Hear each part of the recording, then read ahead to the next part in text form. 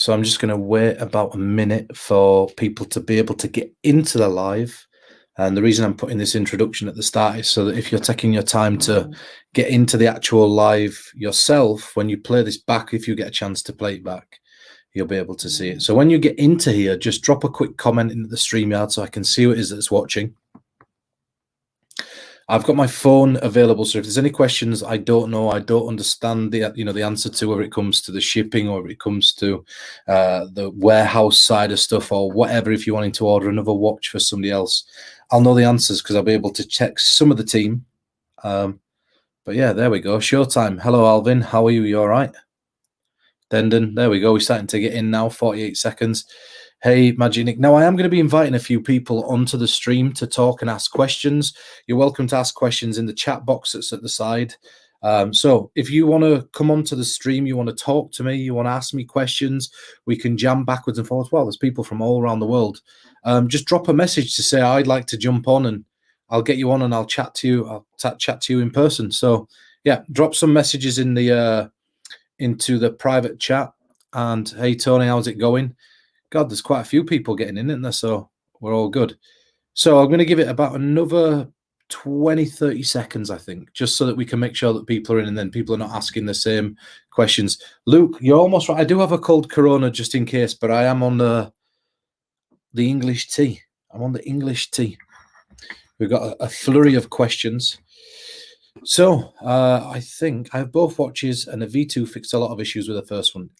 I believe that as well. And once I get into the behind the scenes of how the second watch came to be and why it came to be, I think you'll really see how much we've actually taken the first one to bits. I'm speaking metaphorically, and then put it back together so that we ended up with something that were really interesting. The presentation will be available in the future for people who's not able to watch it. So, Augustine, I will find that out for you. It's one of those answers, again, that I'm not 100% sure about. I'll drop a quick message to the team and see if this is something that's still available. Yorkshire tea, always Yorkshire tea. I have the Yorkshire tea tattoo here. If I'm ever in your area and you have Yorkshire tea and you invite me, I'll be there for that. 100% down for it. So we're 2 minutes and 31 in, and the west coast of Yorkshire. You don't live far from me, Luke. You know, well, we lived in the same town for I don't know how many years. Right, so let's begin. Now we're in the live. So the Stackwatch version 2, I hope you're all having fun with it. It's one of those timepieces that's really interesting for me because it has so many hidden features and ideas that you can use just because of that date complication that's on it. I think there's something really interesting about it. But before getting into sort of methods and talking about methods, I actually donated, and this is a weird thing. So I've got a Stackwatch that's coming. We sold out so quickly within, say, 2 days, 3 days, that my Stackwatch, where I donated it to the shoot. So the shoot, Dwayne, I got the watch. Dwayne then got the version 2 Stackwatch, did all the close-ups and the beautiful bits, and I donated it. And I was supposed to see Dwayne to film something else to get the watch back, and I haven't, but I've got my favorite one, the Stackwatch 1. Now I love the Stackwatch 1, and there's the overlay of the Stackwatch 2. I love the Stackwatch 1 because of the color, and I always wear black, and I think that it complements that nicely. So first, let's talk about the trailer and talk about how difficult it was to shoot the trailer because of the restrictions that are in place in the world at the moment, and then why we introduced a V2 and didn't just stick with the V1. So I'm listening on Facebook and I'm looking online, I'm looking at YouTube and seeing the comments that people have said from owners of the watch that actually offered constructive criticisms, because the problem is with a lot of people that make silly comments is they don't own a product. And I think that's ridiculous. If you liken that analogy to anything else, imagine going to the outside of a restaurant and looking at the sign and going, oh, the food in there is terrible. How do you know? You've not been in the restaurant. Oh, I just know. I know it's terrible. You know, I used to cook food years and years ago, and that's how I know that the food in there is terrible. But do you know the chef that works in there? No. Do you know what it is that the chef's cooking or what his speciality is? No, but I can tell just by looking that it's horrendous. And they were the concerns that a lot of people had. And I'm glad the guys in this group, or the people in this group, you guys, didn't have those same concerns, because here we are all sharing a likeness for one of my favorite products that I've released in a long, long time. And so Stackwatch 1 comes out, and it were a dream come true for me, because I drew the concept on a bit of paper, and I don't have the original drawing. I wish I did. I drew this concept on a piece of paper, and I sent it across to the team. And I'm like, do you think we'd be able to make something like this? And that's when I got on a call with G Clark, and G's looking at the watch. And before, I wanted to put them around the inside of the watch. So actually on the glass on the inside, on the, I suppose it's the face of the watch. And G were like, oh, well, you know, if you put it on the bezel, you could move it round. And I designed something with star signs and other things before that, back on bigger fish files. I'd always wanted one of these. Anyway, after going backwards and forwards and making some drawings, we actually got a prototype made. Now, really funnily, I'm at the South Tyneside Magic Convention. So we're going back a while. And at the convention, I'm performing using the Stack Watch. Everything seems to be going perfect. And then one card just seemed off. And Mick Wilson said, let me have a look at that. And he's like, oh yeah, you've got the 8 of clubs on there twice. And I'm like, so we made the first prototypes, and the 8 of club were printed on the band twice. And it's very easy for one card to slip through the net. I checked it, G had checked it, Orban had checked it, and then we give it to Mick Wilson, who has the analytical eye of a hawk, and he managed to find the blemish or the imperfection, and that got sent back. We got another prototype, and the band just didn't feel nice on that prototype. So then we got another prototype. We changed the color around the edge because we had a nice like white at first around the bezel. But it looked really cheap. It almost looked like a G-Shock watch, and then we settled on the nice silver, and that's where we're at. And then we put the watch out to you guys, and you guys were our beta testers. So you got the watch, works brilliant. You told us all the things that you'd like if there was ever another version of the watch. Many people said, oh, we want a strap that we can easily adjust, because adjusting these are fairly difficult. And we listened, you know, and when you said we want this one moves really, really loosely, whereas the new one, what we did is we tried a different technology out on the inside of the bezel. And so we had several prototypes made to make it so that you had to move it with 2 fingers to move it. We experimented with a click, and it were a very, very light click. The problem was that in very, very quiet performances, you could hear the clicking noise, because it had been really nice just by feeling a click.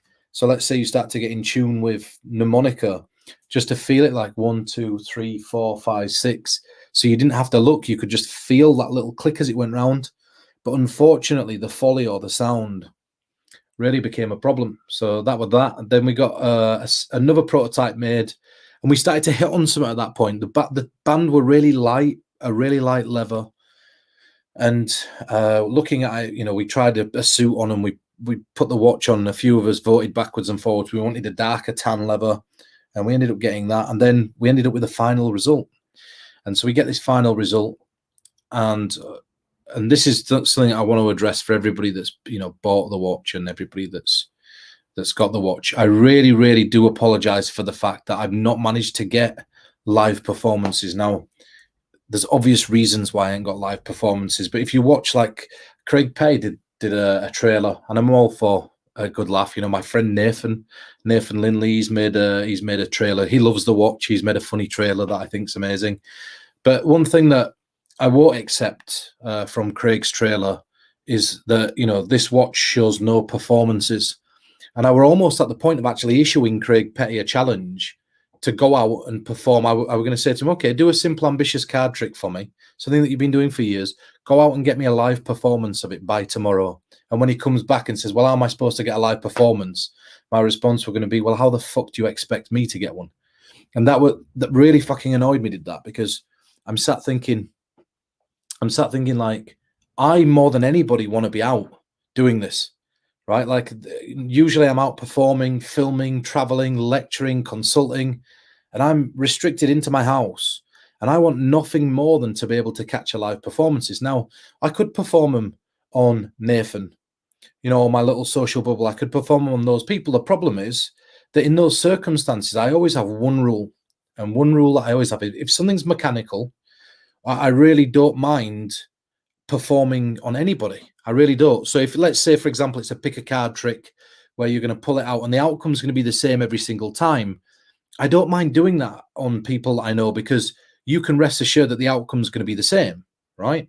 But the problem is that whenever you're doing anything that's psychological, so I wanted to do something like, let's say I wanted to do psychological card forces and show you how this stuff works whilst I'm implementing psychological techniques and techniques where I'm forcing numbers. So when people have named playing cards, I'm using psychological techniques to force numbers and showing you how I'm adjusting.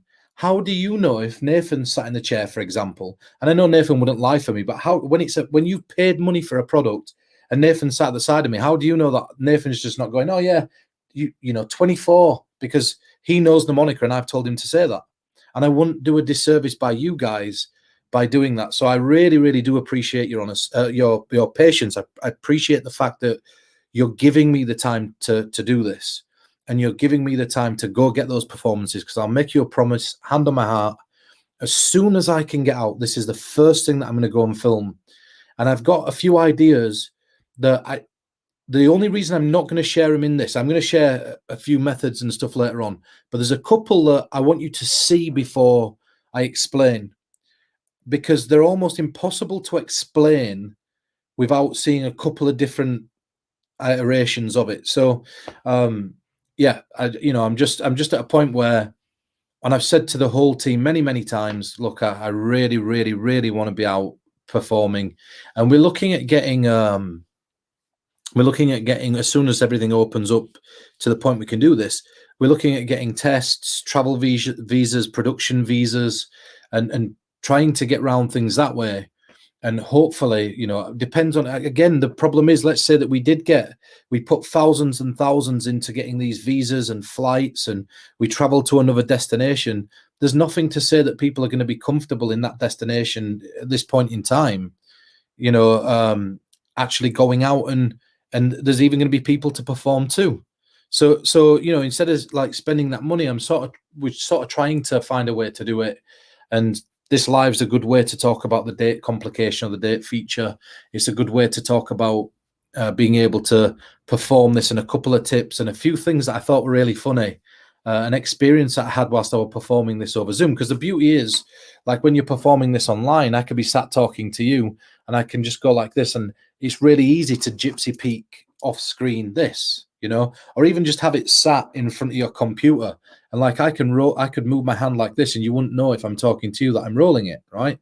And so for Zoom it's easy. But I were talking to a friend of mine, like I said, Luke, who was part of my social bubble, and it were really interesting because Luke's been performing magic for 15 years.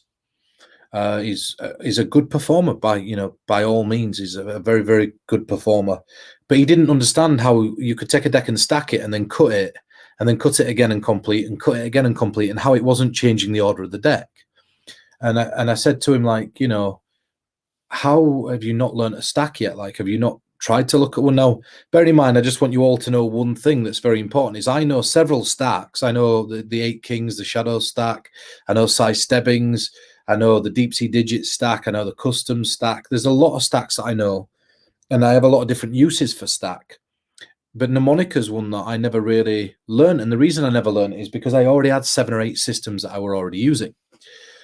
And what you realize is that most other people are using Mnemonica. And one of the great things about having a stack watch is, imagine you pick up a deck of cards and you're at a convention and you coincidentally notice that the cards are in Mnemonica, but somebody says, oh, it's fine, just shuffle them. And then you move into something and you say, oh yeah, I've never learned anything like that. You could fool those people as well. But anyway, I'm getting off on this big tangent. But Luke sat here and he said to me, look, I've tried. I've got 3 or 4 cards, even 8 Kings. He couldn't learn 8 Kings. He couldn't learn size Stebbings. The guy struggled to remember chased order, which is clubs, hearts, spades, diamonds. It's not relevant to this, but, he really struggled. And within, I think, about 6-7 minutes of showing him the watch, he were instantly able to get his head around how a stack worked, why it worked, and how the watch worked. And after he saw me, he was like, right, I'm going to go buy the new V2. And I said, you're probably going to have trouble with it.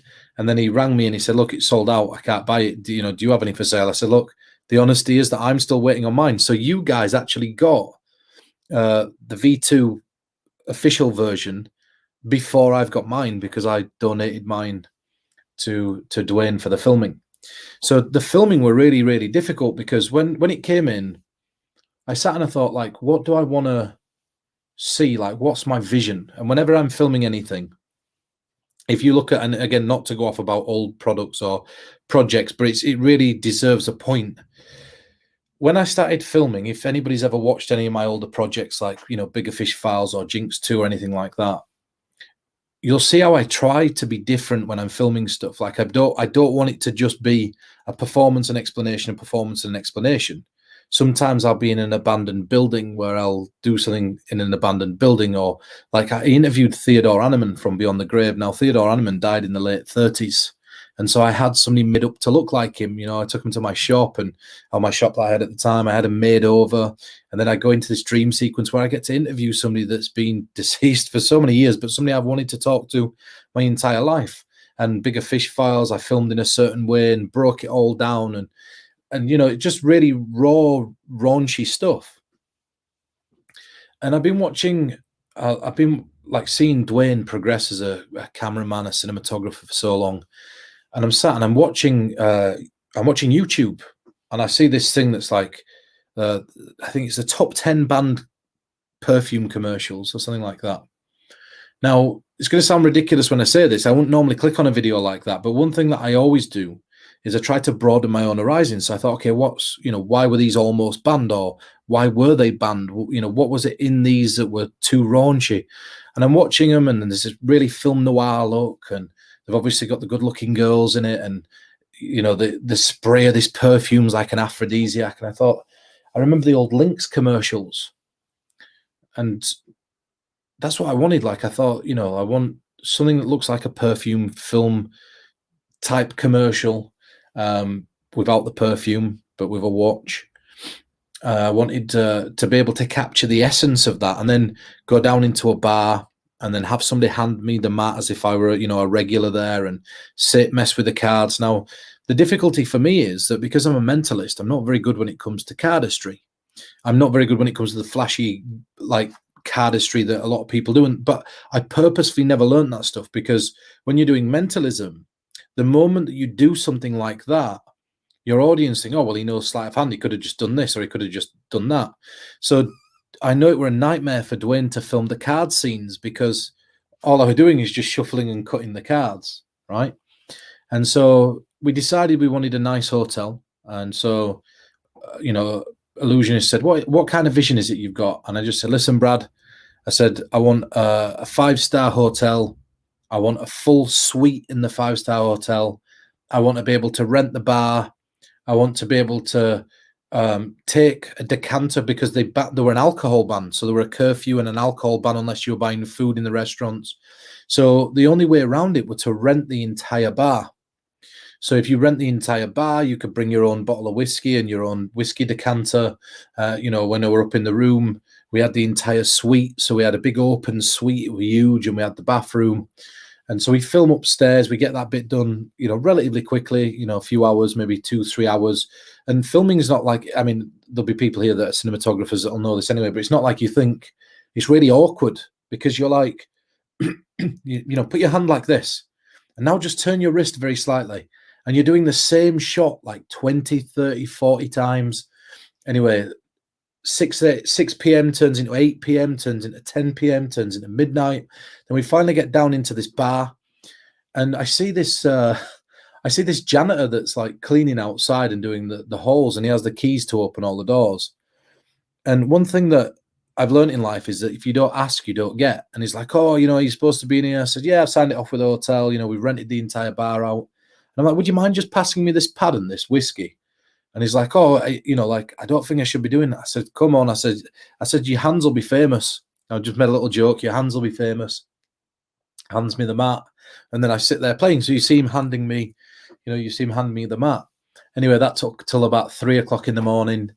And then Dwayne was like, oh, I want to get some shots of the clock. I want to do this. And it just was so draining. But we got it done. And then when Dwayne cut it together, we sat through the edit. So like an edit takes a long, long time when you're looking back over stuff.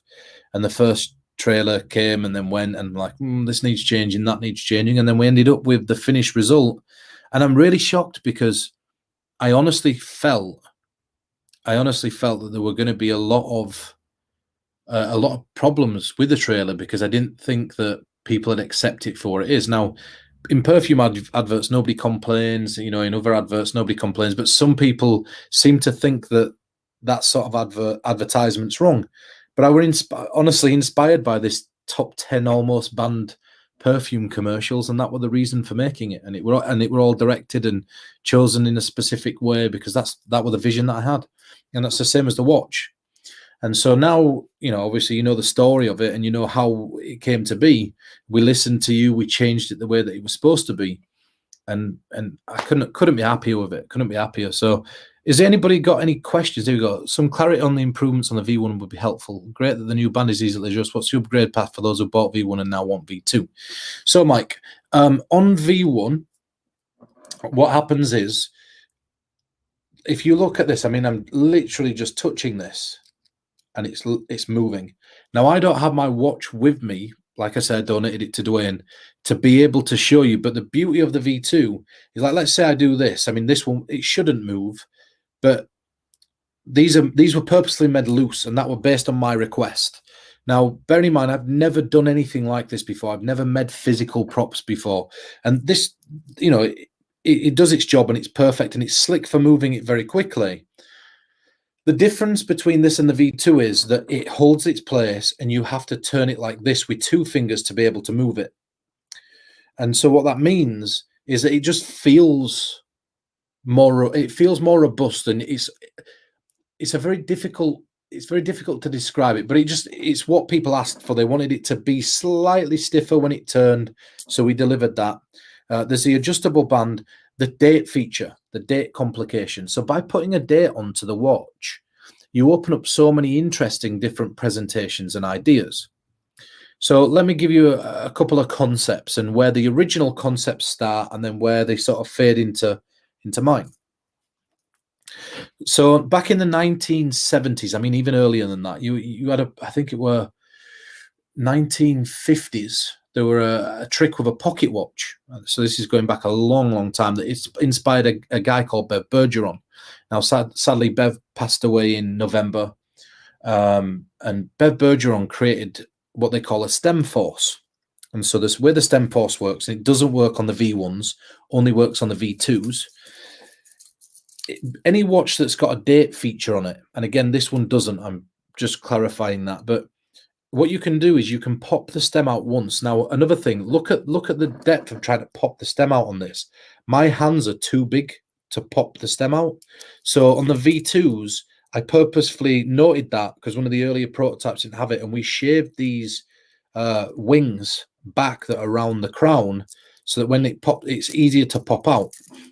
But on the V2s, if you pop the stem out once, not twice, just so it clicks once, what will happen is it'll only change the date. It won't adjust the time.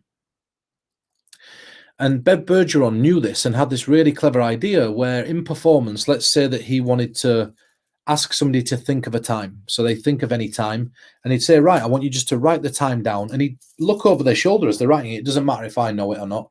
And let's say it was 5 o'clock, right? So the time is 5 o'clock. Bev would walk up to somebody else and he'd say, what I want you to do. And then he'd pop the stem out twice, and he'd show the hand on the watch moving round. So he'd show the dial moving round. But what he'd do is he'd say, you can see that the time's changing on this, and the more you spin it, the more it changes, just like that. And then he'd stop when it got to 5 o'clock, or just before 5. So there we go. So it'd stop when it gets to 5, and this keeps moving, so I'm knocking it with my hand. But he'd stop it on 5, and then what he'd do is he'd punch the bevel, the crown in once, really gently. Not much, just a little bit. Now they can turn the stem, for all intents and purpose, from the back still looks like it's stuck out.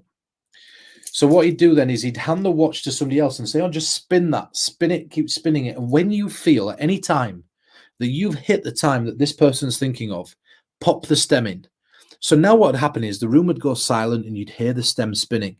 And it's spinning. It still makes the same noise that the hand makes as it's spinning, which is because the date's spinning. Right? And then he'd say, whenever you want, and then you just hear this click, And he'd say, you felt it being pushed in? And they'd confirm, yes.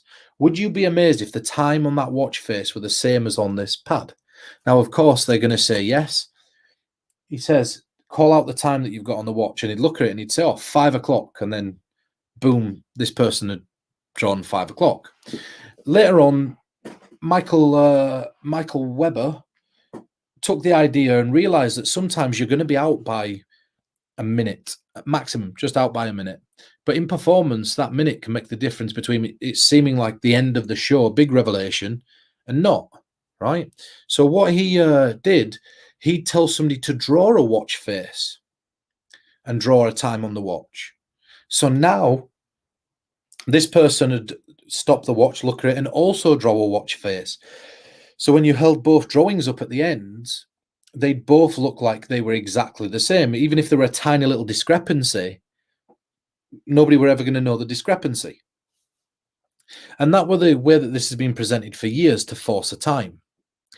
And so I thought about it, and I think one of the greatest things in mentalism and magic is to always look at things backwards. And so for, we're talking 20, 30, 40, 50 years. Over 50 years, this has been done as a force. And I'm going to share something with you now that's not a force. It's the exact opposite. I use it as a peak device. So what do I mean by that? Well, let me explain. Is there anybody that wants to jump on with me for a minute so I can show you, not a performance of this, but I can run through the motions. You can see somebody else talking backwards and forwards. It's been 26 minutes of me talking to the screen, which is an awkward thing. But if there's somebody there that wants to just jump on with me, so if you drop us a quick message, and I can talk to you about it, and then everybody else can see how you'd answer, how you'd behave in a particular situation. I can show you the different outcomes based on your responses. So somebody let me know if you want to jump on. Frank, so do you want to just invite Frank on? I've got somebody that's running the admin.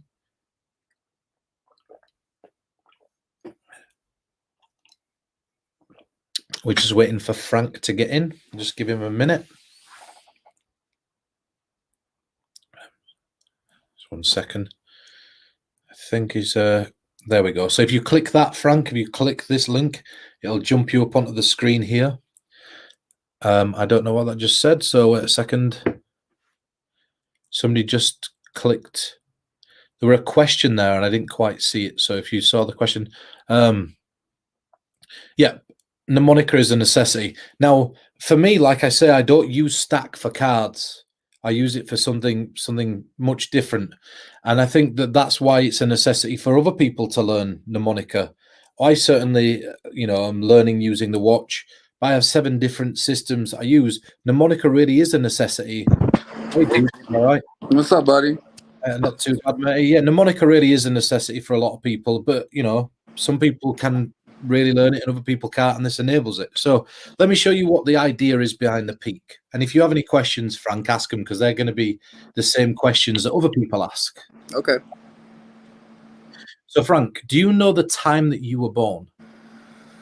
I don't know exactly, but pretty close. Okay. Well, I'll tell you what, because you don't know exactly, we'll create a time with the next best thing. Okay. So I want you to think of the month you were born.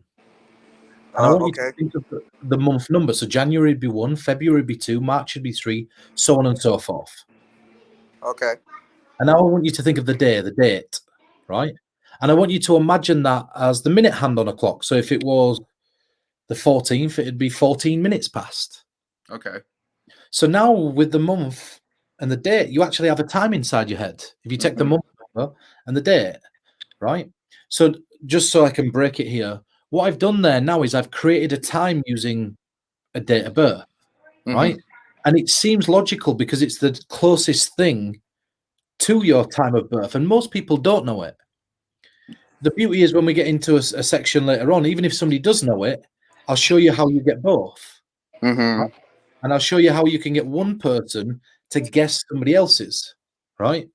But now what I do, and this, remember, this watch doesn't have the date complication on it, so I'm just going to explain it as it is. Okay. I'd say to you, what I want you to do for me is just take this and pop the stem out. So you'd pop the stem out, and I'd say, I just want you to turn it to that time. And if you're on your own, what I do is I'd say, just stare at it for a few seconds. If you're with a group, I'd say let everybody else see that time so they all know the time you were born. So you do that, right? And now, as I'd say, turn the watch face down. And as the watch gets turned face down, I'd pop the stem in once and pretend to twist it. Now, of course, that's not adjusting the time, That's but genius. that's it. It's adjusting the date. So now It's so good. I let you spin it, and I say, when you want, put it up to your ear. Everybody listen and just pop it in, and you can hear it being popped in.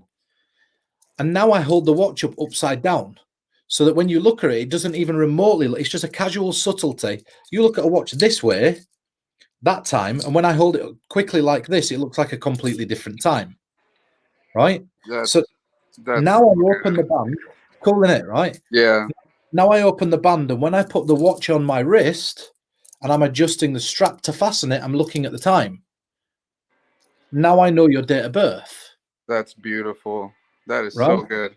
And It's it feels cool. really natural too to use the month and the date because you know there's 12 months. So it just made perfect sense to do it like that. That's so smart, man.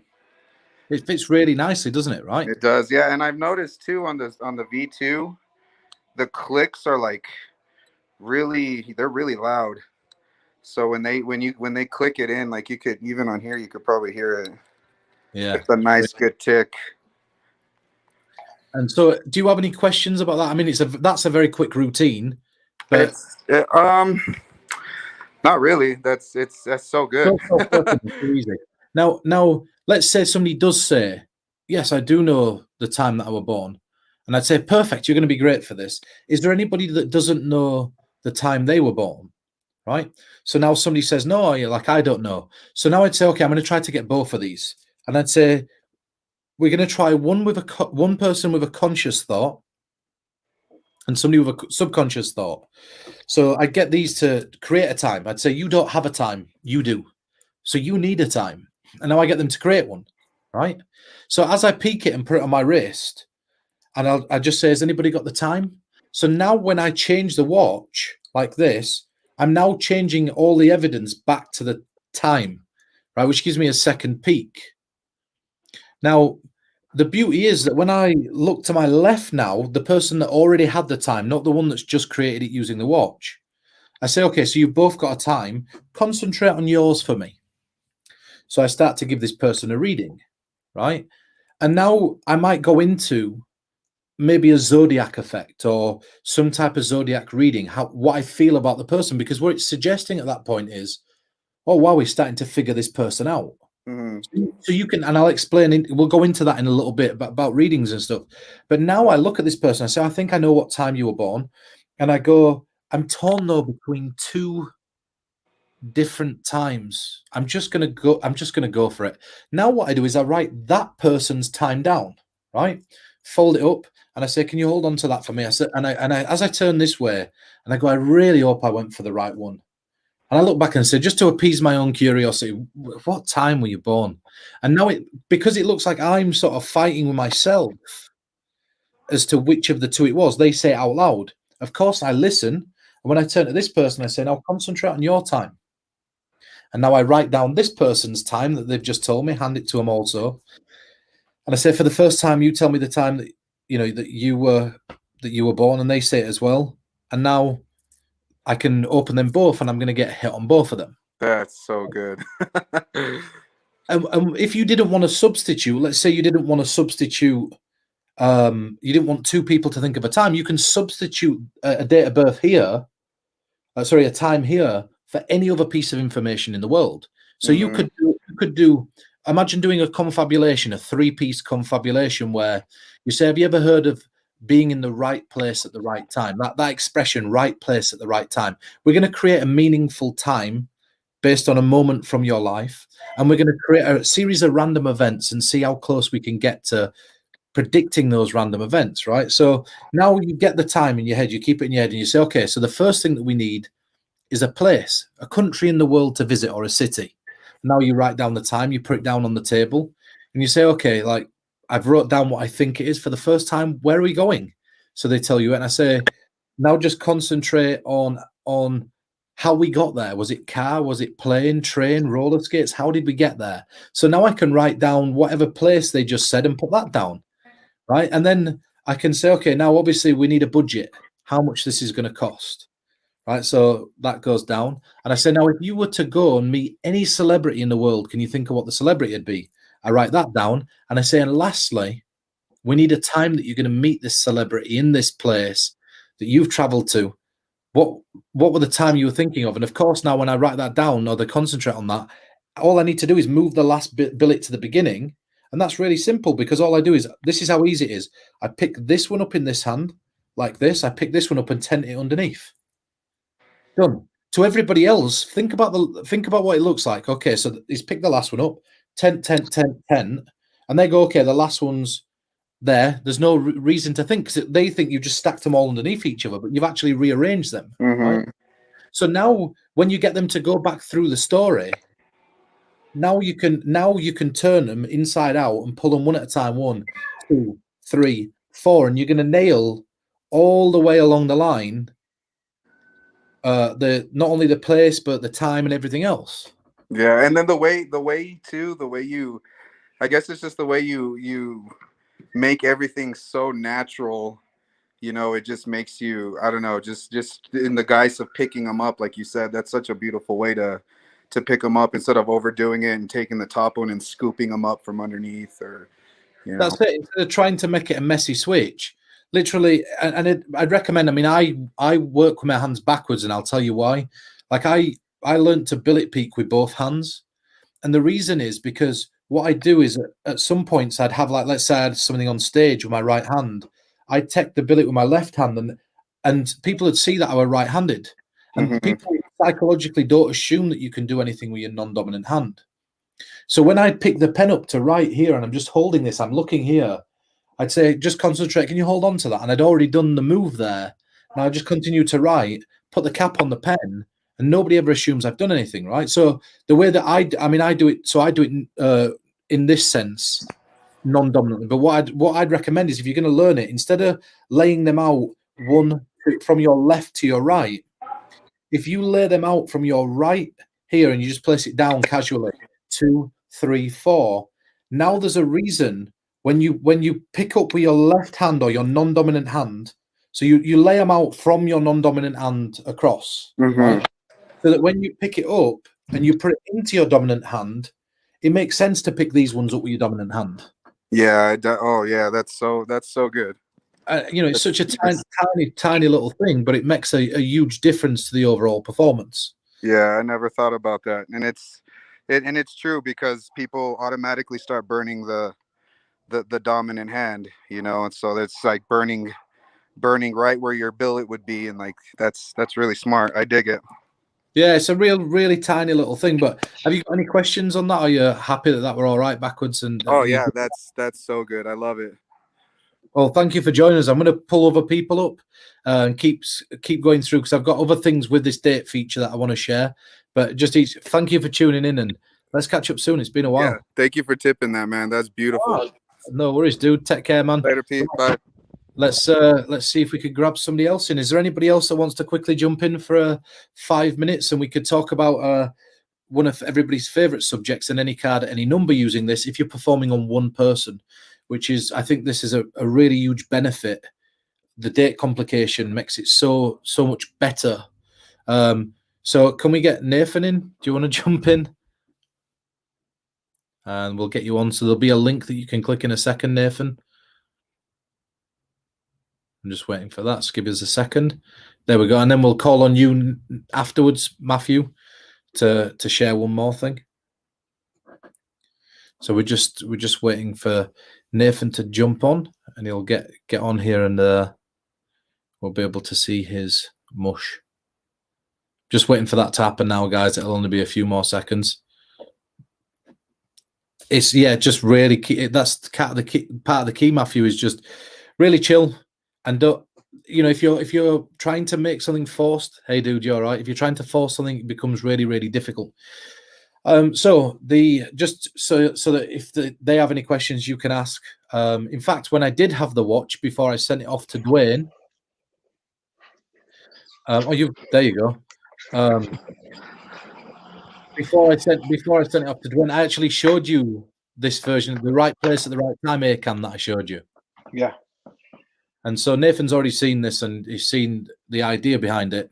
But this is so much easier and it makes sense. One of the things that people worry about with a watch, and it's one of those things that I'm getting really quick at, right? I'm getting really quick at, but it's the hunting for the particular playing card.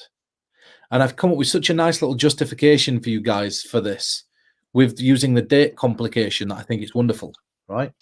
So you set your stack watch so that it's got the triangle at 12 o'clock, just the same as you'd always have it set, so that the triangle is set at 12 o'clock midday, or 12 if it's midnight as well, but you get what I'm saying. And let's say that I asked you, Nathan, to name a playing card. So give me a playing card. Sorry. 8 of spades. 8 of spades. So watch. This is what you're going to do, Nathan. So I'm going to pull the pin out. You're going to turn the hand like this until it stops at random for me, but somewhere we don't know. So you could turn these at random. So now what's happening is, if you were to look at my watch here, and I can show you this, it is on the 8 of spades down here. But what I'm doing, let's say Nathan names a different card. Give me a different card, Nathan. 6 of diamonds. 6 of diamonds. So I'll show you this slow motion, right? So here's I don't know if you can see that. There's the watch. I say, now in a moment, Nathan, what you're going to do is you're going to take this and you're going to turn it round and round and round and round, just like this. Now, what I've done there is I've just moved it to the 6 of diamonds, right? I'm using the sweep of the watch to look at the face to locate the card, right? This will all make sense in a moment, right? So can we bring him back now? There we go. And so now I roll the bezel with my thumb so that the bezel's in a different position. Now, this is a bit that you're gonna sit and you're gonna say to me, well, I'm gonna have to hand the watch to the spectator. Trust me, don't worry about that. Just have faith in me just once, right? And try this and you won't believe it. So you've rolled it round to 6 of diamonds or whatever card's named. So you're literally just letting the sweeping hand locate the card. As you pop the pin in once and turn it face down. And then you say, now, you've thought of a card. Do you believe in right place at the right time, Nathan? Do you believe that things are supposed to happen at specific times? And the person will either say yes or no. If they say yes, you say, well, let's see if this is one of those times. If they say no, you say, well, maybe this will change your opinion. Now you let them turn the stem. Now, obviously, it's not going to turn the stem for real because you pop the pin in once, it's turning the date. So now you let them turn. And you say, whenever you want, you just pop it in and just keep to yourself where the minute hand is. Look at the exact amount of minutes past the hour that it is. So they do. And now place it face down. That's it, right? The beautiful thing now is, let's say that Nathan's named the 6 of diamonds. I've rolled it round to find the 6 of diamonds. 1 second. I'm just going to... 1 second.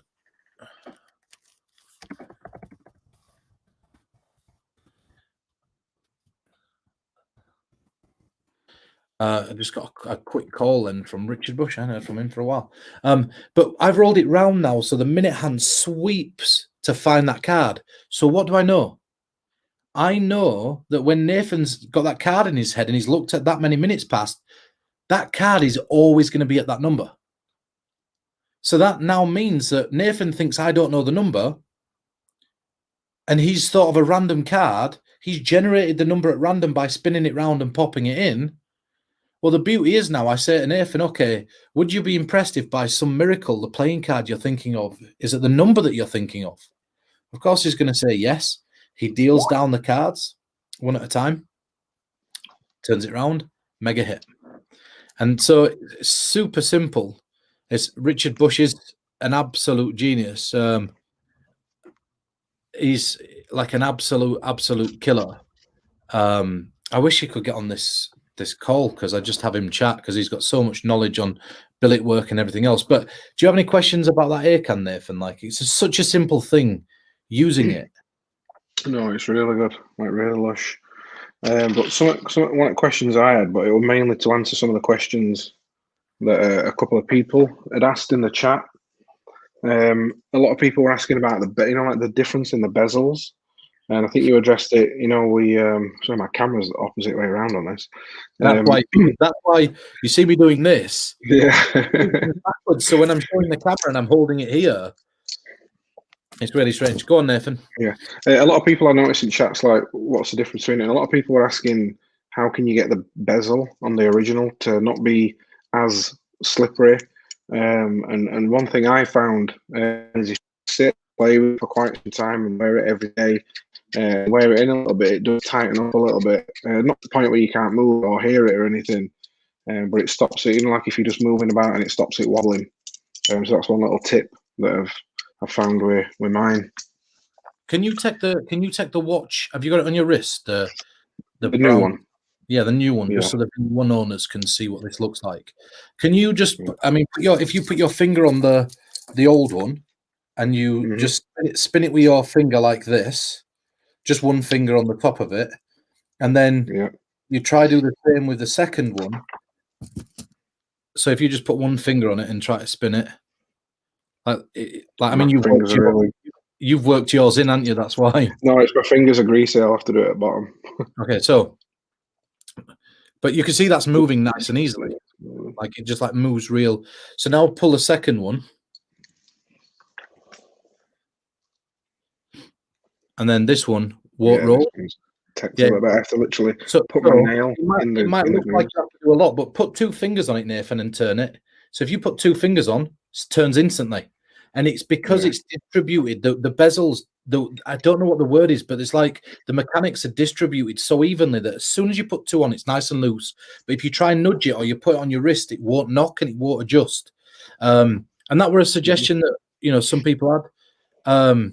Which were brilliant. It made it really, really. I could totally see that trick working. No one thinks card faces would be on a watch, so no one would see it. They don't. The amount of people. I'll tell you a really funny story.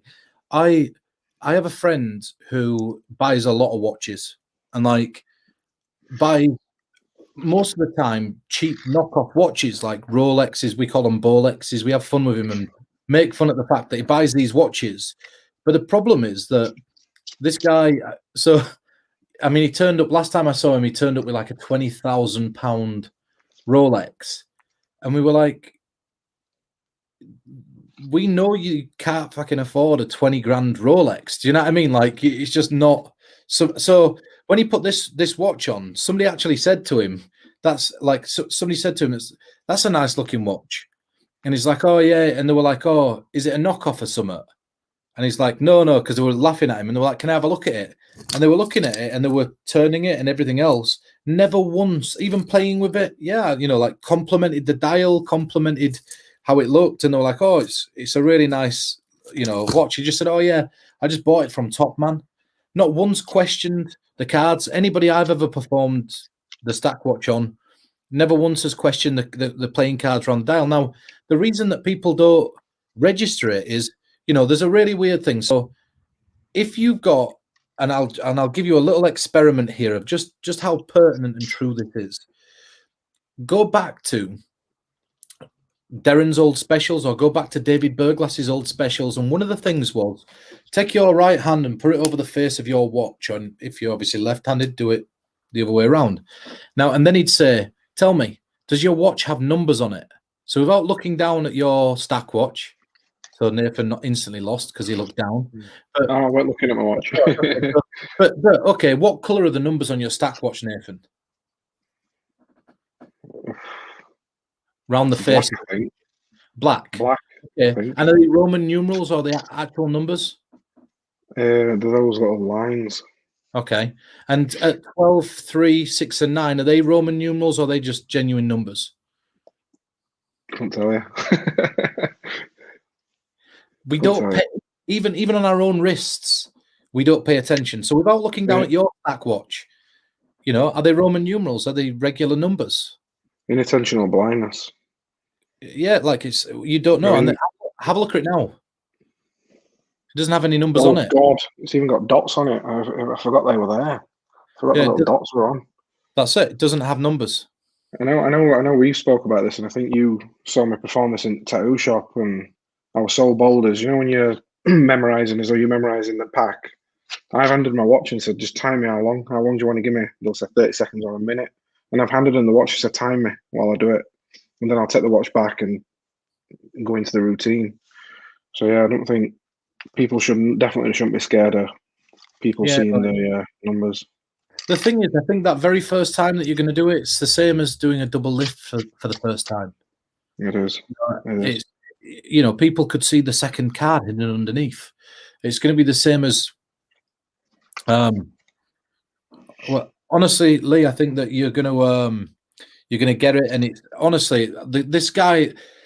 I really didn't realize, like, until I were hanging around with Luke, how difficult it was for people to actually learn stack, and how to commit it to memory. And some people just want to solely focus on the performance, and that's not a cop out. I've seen a few people say, "Oh, well, that's just a cop out," and my argument to that, and if anybody ever says that to you, is no, it's not a cop out. Like, it's not a cop out to want the performance to run as seamlessly as possible, so that you've got very little to do, so you can focus on the presentation. I think it gets rid of that, especially when it comes to, say, if the deck's been cut or anything. I think we did this little experiment on Discord not long ago for people who knew stack, and I said, look, if the We did. bottom card is the 3 of hearts, I said, could you tell me the 17th card down in the deck? And you get this. Oh, wait a minute. For the moment, this stare. And I said, well, in a moment of justification, I could get that in less than 5 seconds, that information.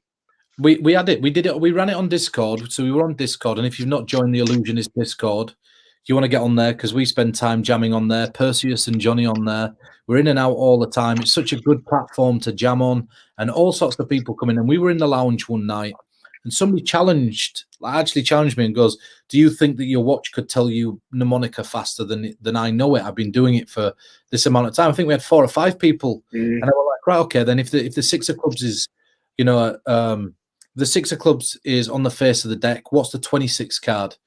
Oof. And then you'd see them, like, off the top of their head like this, thinking. Yeah. And Can you imagine that mid performance? But that's the thing. So, Yeah, but I'm not saying it to like discourage people away from learning more and doing the math side of it. It's just I can't do the math in my head. So if I can just let him and with a quick glance know what that card is, I'm going to go for that all time.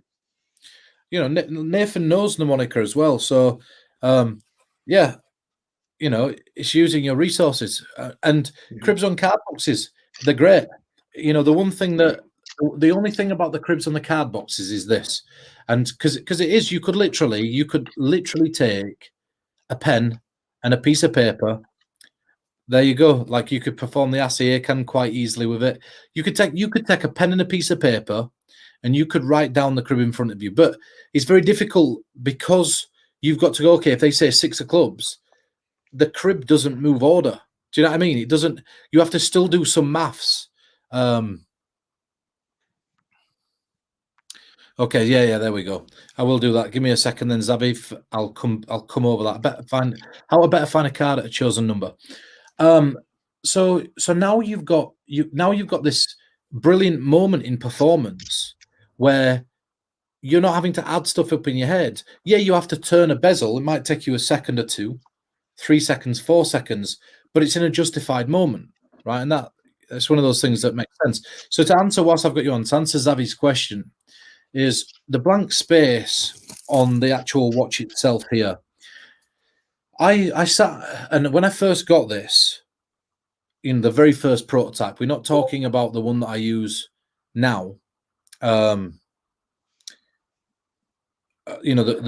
one that I use now. Just give me 1 second. I just a second. So the very first prototype that I got, when I saw the chrono thing, I were worried. I were worried massively about having to adjust that number, right? So I'll tell you what it is that I do. And this was something that I found over time is, let's say that you're going to turn it so that that's going to be in the way of the stack. You literally turn it to whatever position you want. So let's say that we can create a situation like that. Let's say that it's 9 of diamonds at, let's say, 10, just to keep it square so it's easy to understand. So now I know that there's 8 that's got to be made up. Now, instead of adding 8 in my head or messing about, what I do there is I just roll it back 5. It's easy to roll something back in increments of 5 and then roll it back 3. That's it. So from 10, I roll it back 5 like that, and then 1, 2, 3. And now I'm in a perfect position to do that. Or you roll. So when you're rolling it, just push it 5 and then 1, 2, 3. Don't try to hunt it or add it up, because the problem is that whether you're going backwards or forwards, if you're trying to add it up in that heat of the moment, it's still the same. I mean, 8's not a massive number to add on anyway. So if you wanted to add it up yourself in your head, you'd be able to do that. I mean, you just add 5 and then add 3. But the easier way to do it is just to move it 5 and then move it 3. So find the position that you want it at. Notice that the chrono's in the way. Move it 5 more, 5 back, and then 3. And that's it. You don't need to make it something that becomes a big thing. And what happens as soon as you see that chrono and you practice more, you realize that you're not discouraged by seeing it. It's almost like, okay, I've rolled it to the right position. Okay, now I'm going to roll it 5 more and 3. Or I've rolled it to the right position. Okay, I'm going to roll it back 5 and then 3. You're never going to panic about that moment once you've practiced it a little bit. Don't try to, like I say, if I said, Nathan, what's 26 plus 8?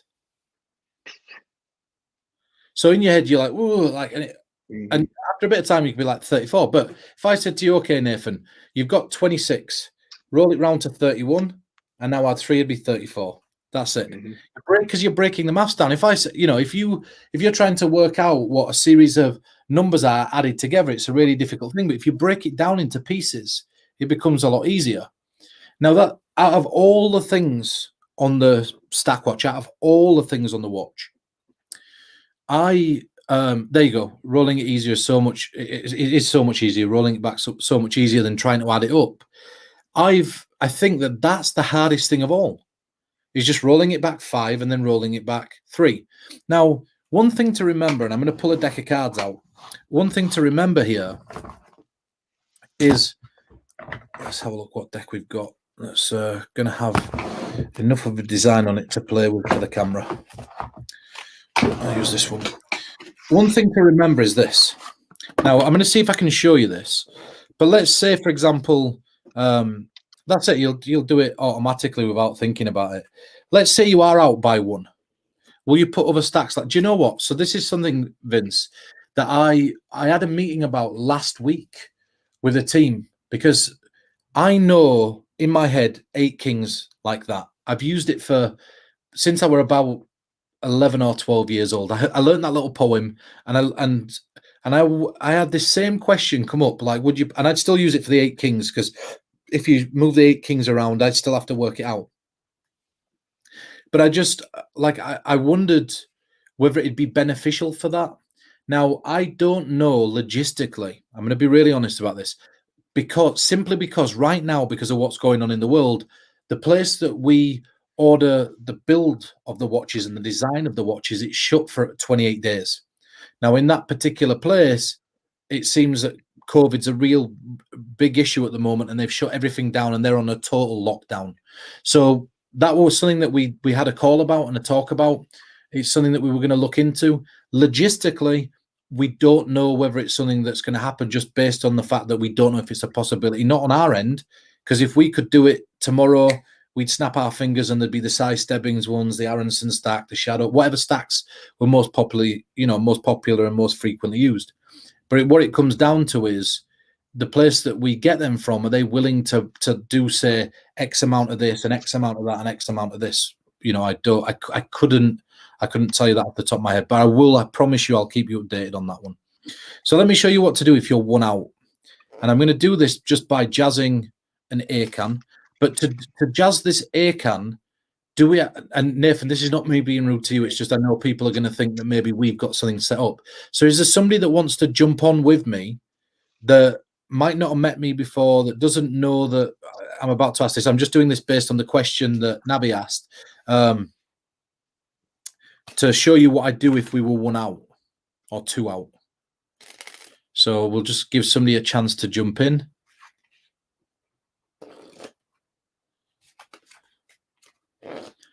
Is there anybody that wants to jump on and hang out for a moment, and I can show you this? Now, this is just me. I'm going to be doing this off my own mental acumen. I'm not going to be using the watch because the only thing that's important now is how to adjust by 1 or 2. Okay, so Alexander, jump on. It literally will be quick, 5 minutes topside.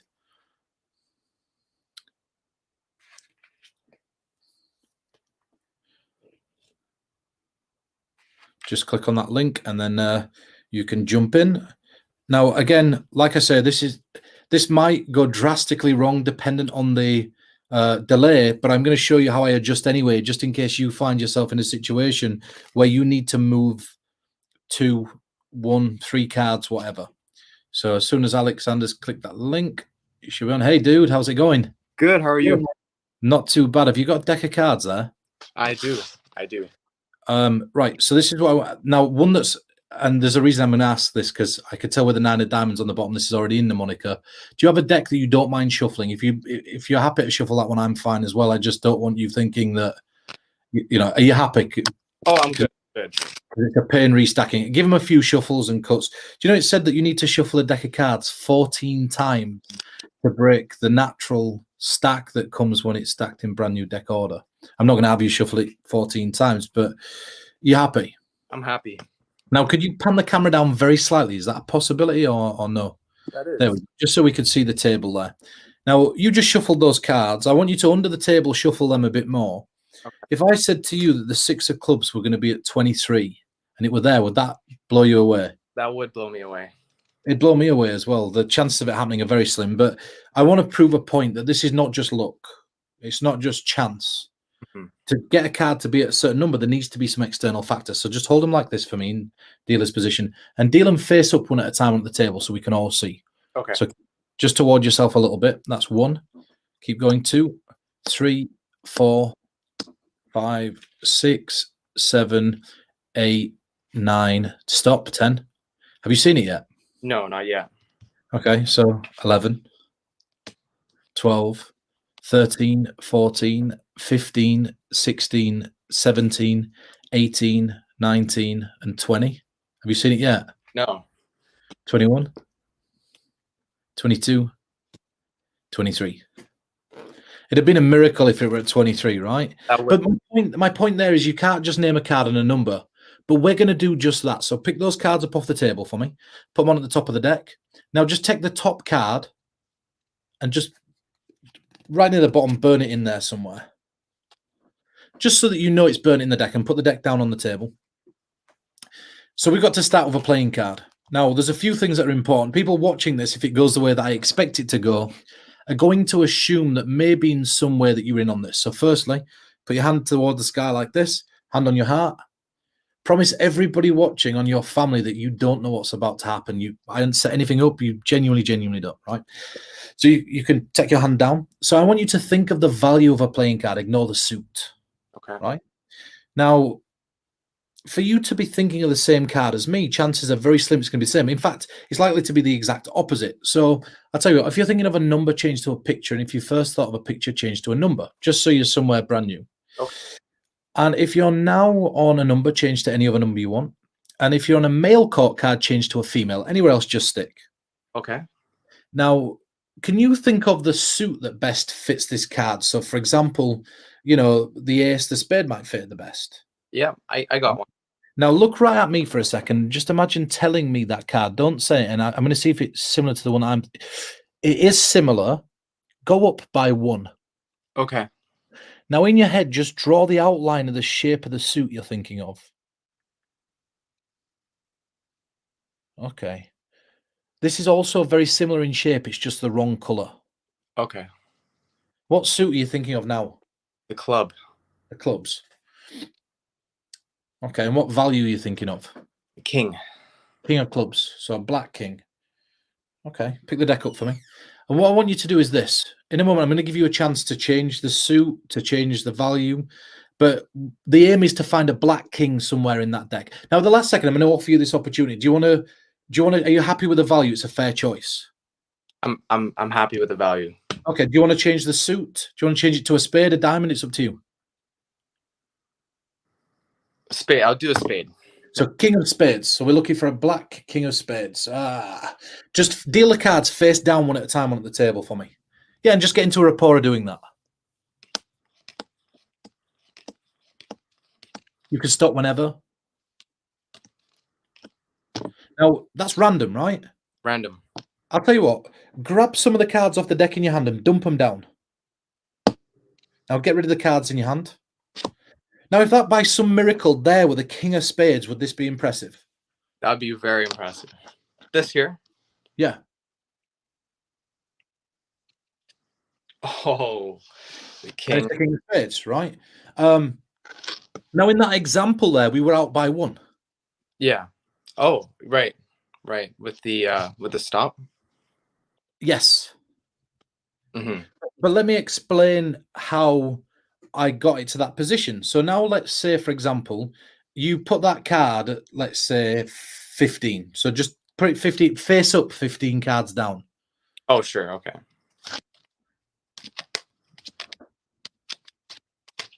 Okay. Like this? It's cool. It's cool though, right? It looks really fair, right? Really? Right. So now let's say that you dealt them, and let's say we were one out. So keep them in the dealer's hand here as you deal down. Okay. So you deal down, and it's going down, down, down, and then as soon as you see it, so stop there. So this is the wrong position now. We're out by one. Mm-hmm. Now that cut looks like an amazing piece of chicanery, right? But it's just a cross cut. Yeah. It's So like, just for everybody, as soon as you cut, the king of spades stays in the same position. that's super nice. Right? But now this is the bit that's important, is in stack there, you're going to have 14 cards that's on the bottom that are in the wrong place. Right. So what you do is you take your deck and you just put that down on the table, so the packet in your hand. You put the king of spades in front of them. So you pick that off, or you no, not on the top. So take your king of spades, put the king of spades like in front of them. So pick the deck up. Right. This one, yep, that one. And then now you just count off the bottom 14 cards, and you go, and you could have stopped at any one of these. So now, so other way around though, the other way around. So from the face of the deck. So, and you go, look, and that's it. You could have stopped at any one of these cards, and all you do is just before when you've counted 14, you stop there, and you go, but you didn't. You went for the king of spades, and then boom, that goes back on the top, and your deck's stacked back into the moniker again, and you're ready to go again, right? So if you're out by one card, that's a very easy way to get around that situation. Let's say that you were one card less. Oh, okay. So let's go to a position where you've dealt down and put that. Sorry, the other way, you've gone one card more because we've already dealt with that, right? So, and that's it. Yeah, perfect, right? So now what I do is this. I go, I'll tell you what, just square those up on the table for me. Do you know what? I don't usually do this, but I'm going to. Just grab some of those cards and put them onto the top for me. So grab some off the table and dump them onto the top. Do you want to deal a card down? Do you want to deal 2 cards down? What do you want to do? 1, 2? Let's do 2. So deal 2 cards down for me. So now you're back to that position, right? Let's say you said 1. So so do you want to deal 1, 2? 1. All right, I'll tell you what, grab some in your hand and dump those down. And now you're back into that position, right? So even if you're 1 or 2 cards, you can play around with that. The problem with this is going to be so powerful that you're going to have to find where the stack break is and fix it after the performance. The one where you know, and you don't even have to do it that way. What you could do to be cheeky if you wanted to, so just put it back into that position where we were, like the other way around. So it's like 1 card that way. There we go. Yeah. So watch what you can do if you don't want to do that. I'll tell you what. Look, grab some of those cards and just cut them off to the side. Yeah. Now, I'll tell you what. Do you want to deal 1 card, 2 cards onto that pile? So now you're in a position where they're going to turn it round. So now pick that packet up that's to the right of the card. Hold a break underneath it. So you put it back on the top, but hold a pinky break. Okay, yeah. Like this. And you go, we've ended up here. And then now you turn it round, reveal that card. Now all you do, turn that card round, cut to your pinky break. Right. And then put the top rest back on top, and you're back into mnemoniker. Oh, that's nice, man. That's really nice. Right. So there's 1,000,001 ways to deal with the being out by 1. But one of the most perfect lines, right? One of the most perfect lines that you can use is a line by Noel Gallagher, which is true perfection has to be imperfect. And There you go, Zavi. Sorry, I called you Navi earlier. I've got Navigator on my mind because my friend Reese has just released Navigator 2 and asked me to post about it. So Zavi, but the brilliance is that in that position now, you're able to move the cards and keep track of them in a very simple way because you're just keeping a pinky break and cutting back. Now, let's say, for example, that something drastically goes wrong on the watch. Okay. So, like, let's say you've knocked the bezel, you've added the wrong amount of cards. Let's say that and if you just show me the cards one at a time from the top, like that, just nice and slow. Go back to the beginning. So I'm just remembering them as you go through. So keep going.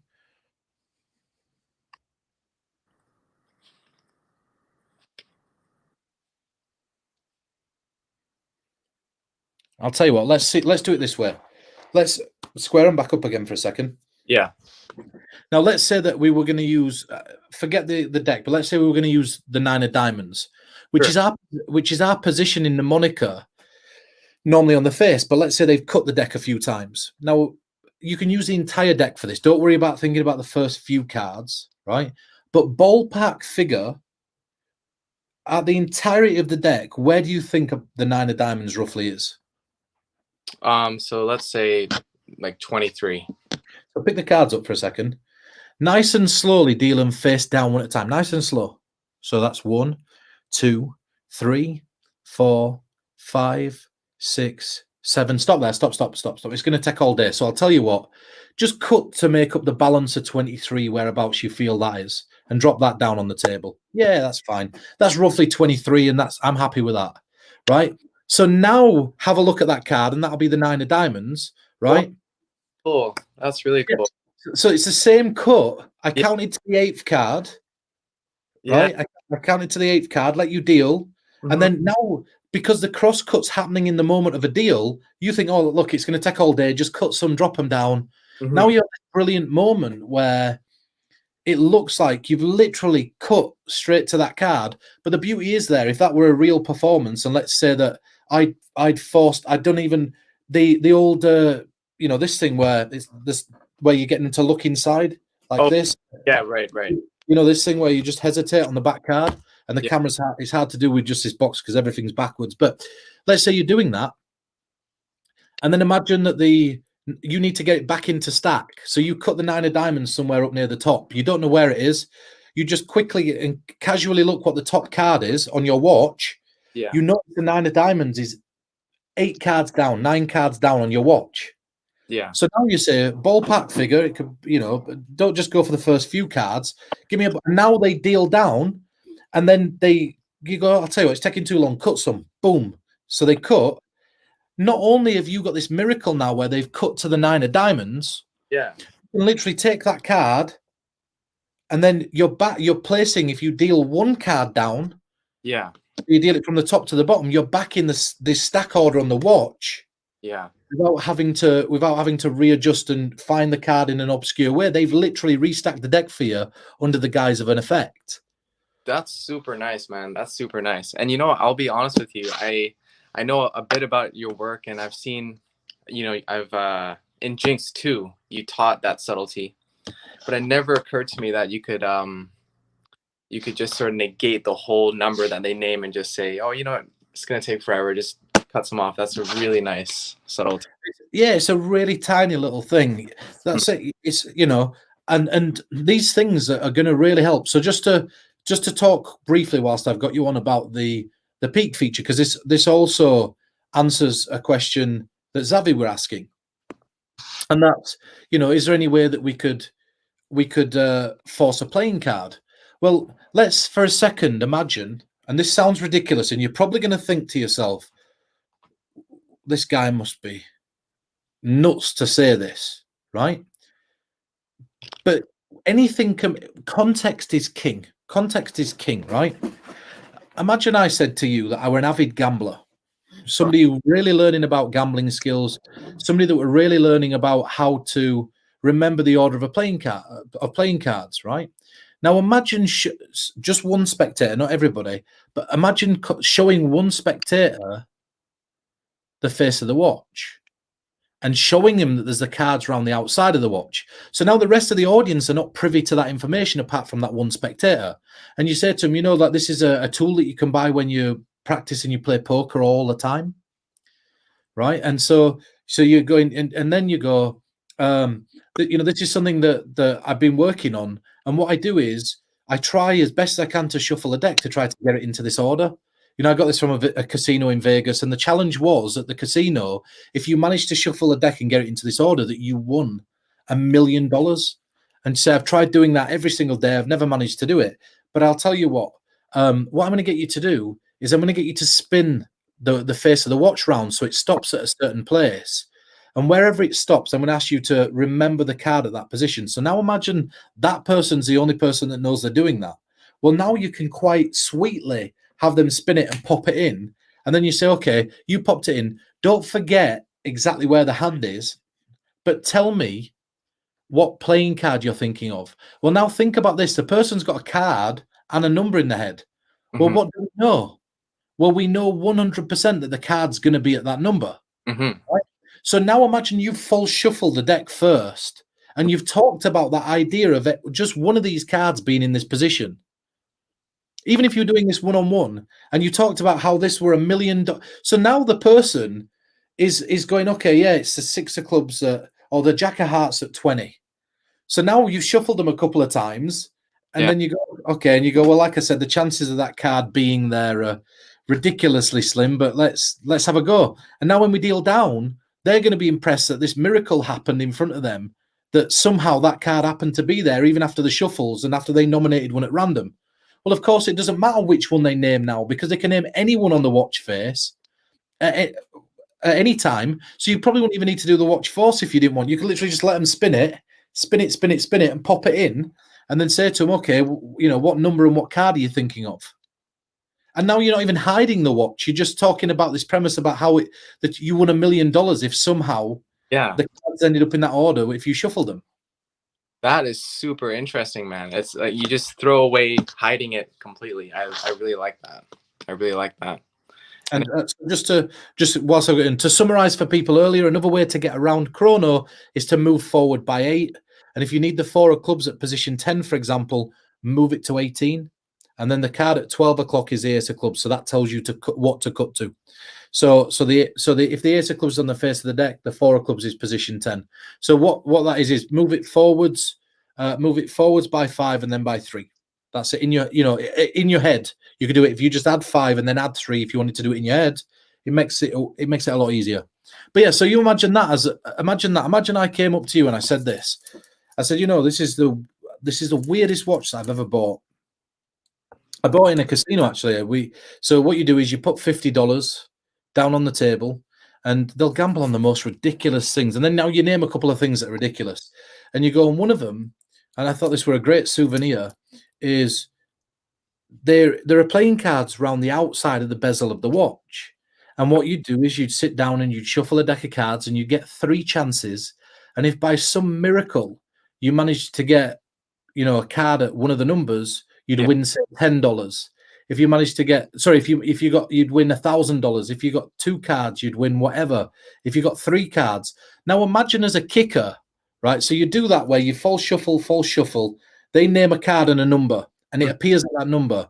Now you move into this bit where they cut the deck a few times, and all you do is readjust it by the 9 of diamonds. Give it one more full shuffle on the end, and then now all of a sudden your kicker could be for them to look at it and even go deal through the cards, and you're going to get hit with every single card all the way around.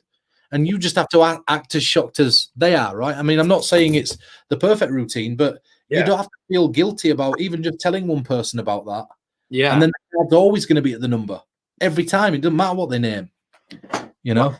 And for people back, it's the easiest thing to do, right? Because you just say the number that it's at, right? And with context, you can make that a really big thing, thing. Know, and that's it. And again, and not only that, you know, one other thing that is a brilliant thing, and this is for people that are performing on multiple people simultaneously.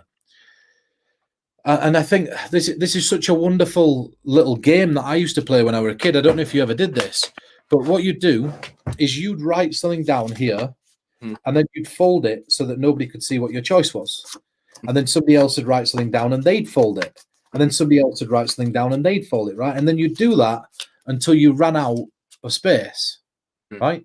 So imagine somebody named the Jack of Hearts, which is at 20. So imagine handing this round the table and saying, all write numbers down. So they all write a number down. And you say, now one of you is going to pick a playing card as well. So what you do is you get them all to write a playing card down. So now you've got 2 of these slips, right? So you open one of the slips and you put it in the middle of the table. And now let's say you glance down and you see your Jack of Hearts is here, or whatever is you've noticed on your watch. So you now know it's at 20. And you go, okay, we'll pick one at random. We'll pick the Jack of Hearts. Now this could have been anybody, right? Let's do this with a number. Now you open the numbers and there's a list of numbers there. And what you do, you look down and you put your finger on it and you go, okay, we'll have 20. And you miscall. Wow, nice. So now everybody else at the table thinks, oh, well, I didn't pick 20, but somebody else must have.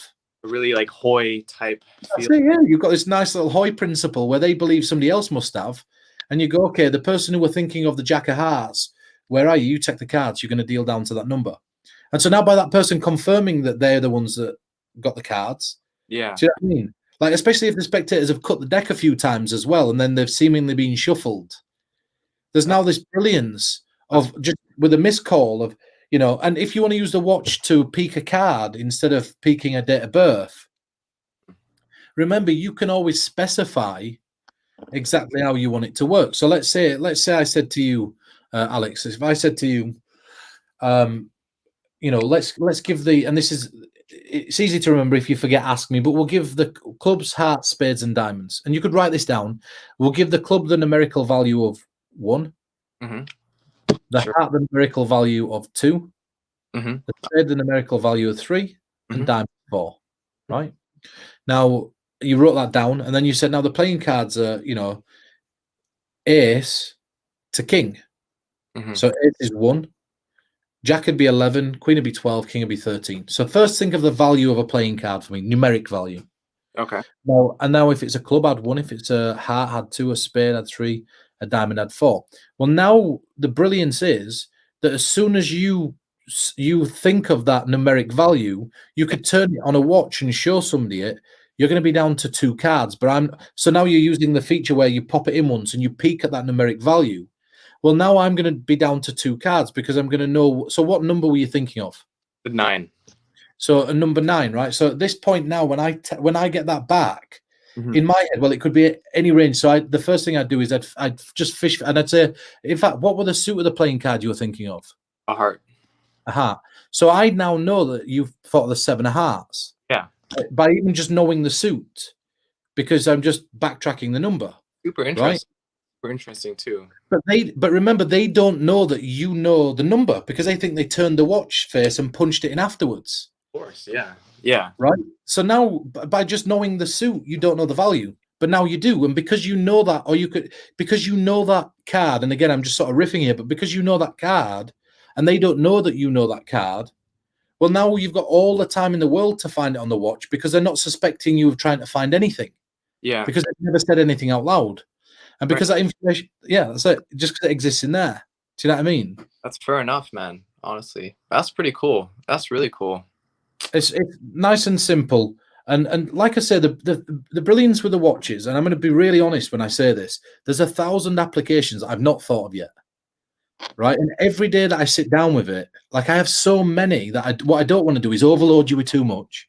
And then by the time we get out and shoot the explanations and I do a proper job of the explanations and the performances, what I want it to feel like when you get the performances and the explanations is like it's Christmas again. It's the gift that keeps giving. Yeah. Because when you get that extra bit, and if you've seen Jinx 2, you know exactly what I'm talking about. Like it starts as one thing and then all of a sudden that one little thing can turn into 5, 10 things. Yeah. Oh, dude, for sure. For sure. You know. And that's you know, and that's the importance with this is that when I get out into performance mode, in my head there's so many ideas. It's difficult in this format without being there or you know in person to show you it. Yeah. But just give me a grace period, everybody, to get this done. You know, and not to. I'm not. Listen, one thing that you'll realize with me is you go to the YouTube videos. And I always say, look, I are advertising stuff. I'm not interested in it being here to try to market shit to you. You're all here because you've already bought, right? Anyway, I'm not, and the same as the live stream that we did on Twitch. They asked me a question and I just said, look, I don't really want to talk about that stuff. I'm not here to market stuff. My recommendation is this, and it's only because I'm recommending it for the amount of extra effects that you can do. If you've got a V1, get yourself a V2 just so you could play with the date feature, because that date feature adds so much to the scope of the performances, like in ways that you wouldn't imagine. Using both of them simultaneously, like you could take your black one out and you're not scared of damaging it because you've got your replacement of your V2. You could practice with your V1, then you can do your date stuff separate, and you could pick based on what kind of performance it is. If you're going to when gigs open back up, if you're going to a gig, you're not going to want to wear the white one out because it might get damaged. Whereas the black one, if you've got to, you could go out and you're not worried about it. I really love the white one. I prefer the black one just because I wear black t-shirts, black jeans. I ride a motorbike, and I like the black one. For me, it suits my style better. I think that the white one has the date feature, and if I were going to perform, that'd be my preference if I were doing a gig or if I wanted to perform socially, because it's got that date feature on it. But do you have any questions about anything? Does anybody else have any? Because we've gone for an hour and a half, and I don't want to take too much time up. I just wanted to let you know what were happening, where we were going with stuff. But do you have any questions? I don't, man. I don't. I really liked your idea, especially with the two billets around the table. That was really good. And also, one last thing regarding Jinx 2. I know this is slightly off topic. I do have an idea for you that you offered at the end of the DVD that you gave to us. Yes. I think it's a really good idea. So I want to. Well, I'll tell you what. Email me. So you've got my email address. Yeah, is it the Hotmail one? Yes. Send it to the Hotmail one. We'll jump on and let's have a Skype. Let's catch up on Skype, and I'd love to see it, because I always love stuff like that. Do you know what I mean? I always love seeing what people are doing and taking stuff apart. I'm like I say, like, just for everybody else, is there anybody else that's got any questions whilst I'm here? Because we've got about 3-4 minutes left. If you've got questions, ask them. I'll answer them whilst Alex is still on, because I'm here. It's a good signal, and I'm talking to Alex, and he can hear me properly, and there's no signal loss. I just want to thank you all again for tuning in and for being patient with me, because the aim is, I honestly, it's not paining anybody else more than me that I'm not getting this stuff on camera, because I just know that as soon as I get dropped somewhere in a remote location and there's a camera with me and somebody's like, listen, have a little beer, go off, perform. Honestly, you'll see how crazy that some of this stuff is. And in the heat of the moment, it's really difficult to explain how I do this. But in the heat of the moment when I'm performing, things come into my head that just on the spot appear that I wouldn't have ever thought about until they happen in the moment. And I can break down the psychology of why they've happened. And I know afterwards, that'd look cool. A black leather band. If you can get somebody to do that, that'd be a good option as well. Because the V2 of a black leather band would be great. Yeah. So just as the Illusionist is saying, over in the Discord, it doesn't cost anything to join. I'm over there all the time. So if you have questions about the watch, or you want to show me what it is you're working on, or you want to jam with other mentalists, there's card tables, coin tables. Jeremy Griffiths does Monday night jam nights. I think I was on there last week with Laura London. I've been in there with Uri Geller. I took in Kenton Nepper. I've got Kenton Nepper booked to go in with me. So all the time, I'm always calling in with my friends, and we're always messing about. And some days when I get out of bed and I'm having my breakfast, I just log on to see what everyone's working on. So if you've not joined the Discord, jump over onto the Discord. And thank you all for purchasing the Stack Watch. And if you ever see, one thing I will say is, if you ever see the shit that's going on online, like people like Craig Petty posting whatever, no, I don't have a problem with Craig. Me and Craig are friends, right? So that's first and foremost.